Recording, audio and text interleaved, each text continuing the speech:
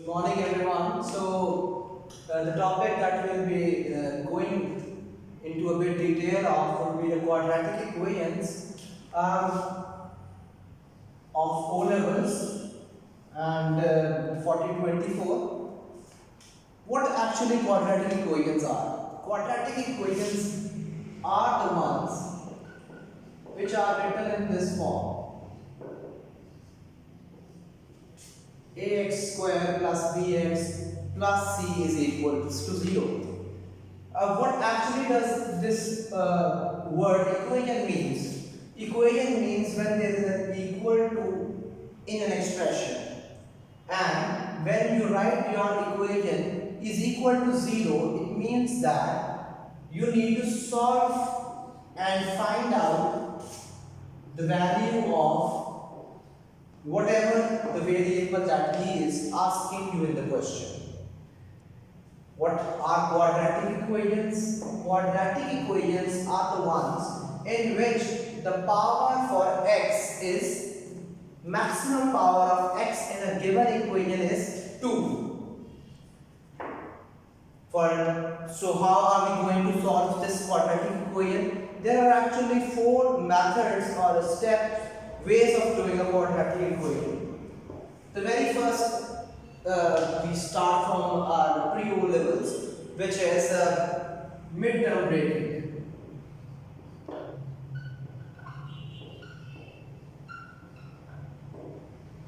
The second method is perfect square.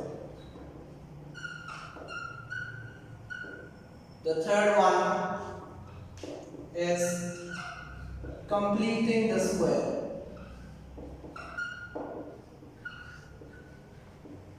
Though the second and the third, they are quite interlinked to one another. Fourth is applying the quadratic formula. Let's start over with the very first step, that is midterm breaking. For example, if I start over with writing down a question for you for midterm breaking.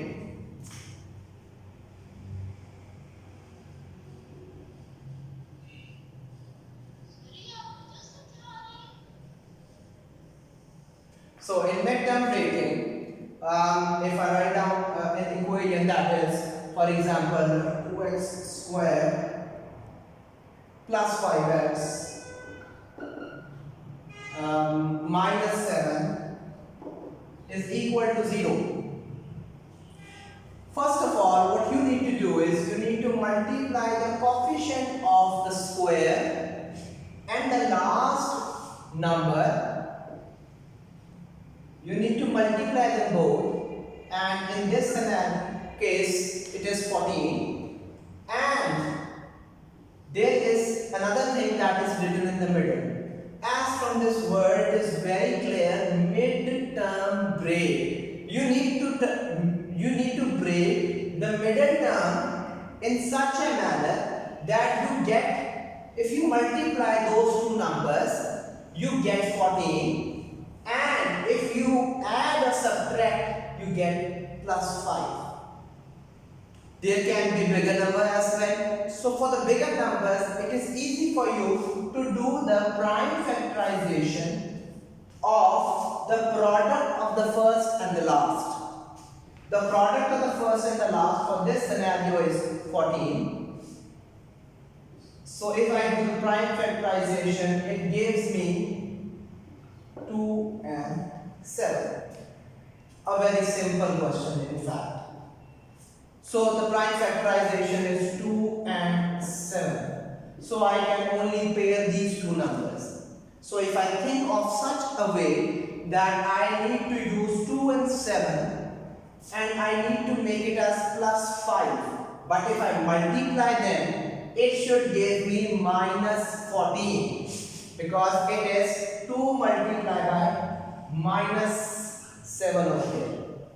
So it gives me minus 14, and in the mid I have plus 5. So what are the two numbers? I can, the let me just write down a few very options. What are the options that I have? One option can be 2 minus 7. It will give me minus 5. But in the middle I don't have minus 5. So this cannot be my option for this very question. The next one is minus 2 plus 7, which will be plus 5 in this scenario. If I consider it for this middle number, yes, this can be my two numbers, minus 2 and plus 7. But let me just check it out that if the product of these two numbers does it give me minus 14 or not. So if I multiply minus 2 and plus 7, it do gives me for minus 14. So what are the two numbers that I need to select? They are minus 2 and plus 7. So in the middle, I will write down these two numbers. But for the start of the question, I will write it down 2x square minus 2x plus 7x minus 7 is equal to 0. So what have I done over here in this question is, instead of this middle term that was plus 5, I wrote down two terms and broke that one middle term into two portions. So, but what would be my advantage of doing it? I can now take common of the first two and the third and the last. So if I take common of the first two numbers, it is 2x and x minus 1. Then I take out the common of the third and the last. But one very important point over here is that whatever there is a sign with my third number, I will write it down with my outside the bracket, outside my second bracket.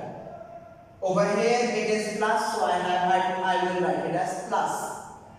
And there is common as 7. So inside the bracket I will have x minus 1.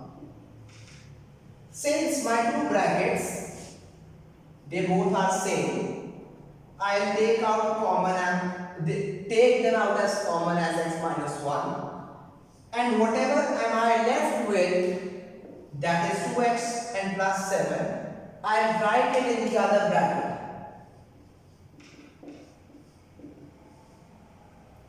So,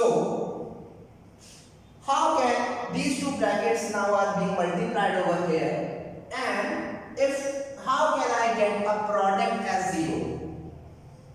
A multiplied by B is equal to 0. How can I have it? That is only possible if any of the two numbers is 0. It can be A as 0, it can be B as 0. Whatever the two options, either of the two options have to be 0 in order for me to get a 0. In this scenario, since we do not know which one of the two options in this which they are multiplying is 0, so I will write it as x minus 1 is equal to 0, comma 2x plus 7 is equal to 0. So if I simplify it, it will give me the value of x as 1 and 2x plus 7 is equal to 0. So 2x is equal to minus 7. So the value of x would be minus 7 by 2. There would be two values of a quadratic equation. Why? Because the maximum of power for a quadratic equation is 2. So that is why a quadratic equation will also have two answers of whatever the variable is. Now let's move on to the next method, perfect square method.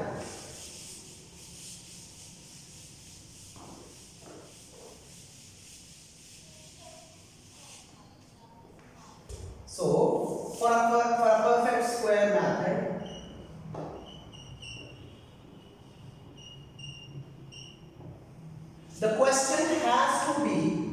like x plus 10 whole square is equal to 81. There has to be a perfect square on one side and a complete square on the other end of the equal to.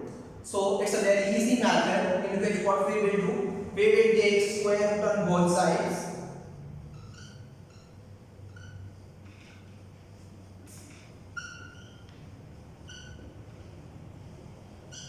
And if I take the square root of this bracket, it will just simply cancel out. And if I take the square root of 81, we all know by prime factorization that it will give me two answers. One in positive and the other one negative. So from here, I can write it as plus 9. And x plus 10 is equal to minus 9. So it will give me 9 minus 10 and one value of x would be minus 1. The other value of x would be minus 19. Since it was also a quadratic equation, it also gave me two answers. Now let's move a little further. That is completing the square.